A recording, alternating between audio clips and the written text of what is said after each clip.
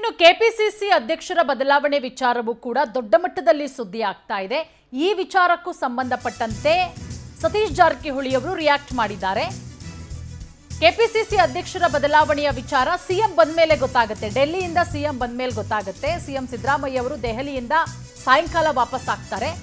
ಬೆಂಗಳೂರಿನಲ್ಲಿ ಸಚಿವ ಸತೀಶ್ ಜಾರಕಿಹೊಳಿ ಹೇಳಿಕೆ ಕೊಟ್ಟಿದ್ದಾರೆ. ಸಿದ್ದರಾಮಯ್ಯ ಅವರು ಬಂದ ಮೇಲೆ ಭೇಟಿ ಮಾಡಿ ಚರ್ಚೆ ಮಾಡ್ತೇನೆ. ಈ ವಿಚಾರವಾಗಿ ಎಐಸಿಸಿ ನಾಯಕರು ನಮ್ಮ ಅಭಿಪ್ರಾಯವನ್ನ ಕೇಳಿಲ್ಲ. ಈಶ್ವರ್ ಖಂಡ್ರೆ ಸೇರಿ ಯಾರೇ ಆದರೂ ನಮ್ಮ ಸಪೋರ್ಟ್ ಇರುತ್ತೆ. ಬೆಂಗಳೂರಿನಲ್ಲಿ ಸಚಿವ ಸತೀಶ್ ಜಾರಕಿಹೊಳಿ ಹೇಳಿಕೆ ಕೊಟ್ಟಿದ್ದಾರೆ.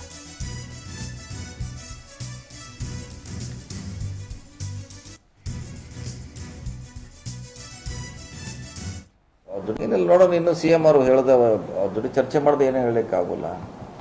ಅವ್ರ ಜೊತೆ ಏನು ಡಿಸ್ಕಷನ್ ಆಗಿದೆ ಗೊತ್ತಾದ್ಮೇಲೆ ಮುಂದೆ ರಿಯಾಕ್ಟ್ ಮಾಡ್ಬೋದು. ಇದೆಲ್ಲನೂ ಇನ್ನೂ ವಿವೇಕವಾಗಿ ಹೇಳಲಿಕ್ಕಾಗಲ್ಲ. ಹಿಂದೆ ಮುಂದೆ ಪ್ರಶ್ನೆ ಇಲ್ಲ, ಅದು ಪಾರ್ಟಿ ಇರೋದು. ಅವ್ರಿಗೆ ಯಾವಾಗ ಅನುಕೂಲ ಐತಿ ಯಾವಾಗ ಮಾಡ್ತಾರೆ. ಅವ್ರಿಗೆ ನಮಗೆ ಇವತ್ತು ಮಾಡಿದ್ರೆ ಮಾಡೋದಿಲ್ಲ.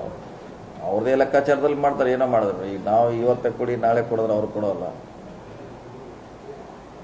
ಅದು ಯಾವುದೇ ಅಂತ ಲೆಕ್ಕಾಚಾರ ಚರ್ಚೆ ಮಾಡಿ ಡಿಸಿಷನ್ ಯಾವುದೇ ಡಿಸಿಷನ್ ತಗೋಬೇಕಾದ್ರೆ ಮಾತ್ರ ರೀತಿ ಮಾಡ್ತಾರೆ. ಕಾಯಬೇಕು ಅಷ್ಟೇ. ಯಾರು ನಾವು ಕಾಯಬೇಕು, ಯಾರಾದ್ರೂ ಕಾಯಬೇಕು.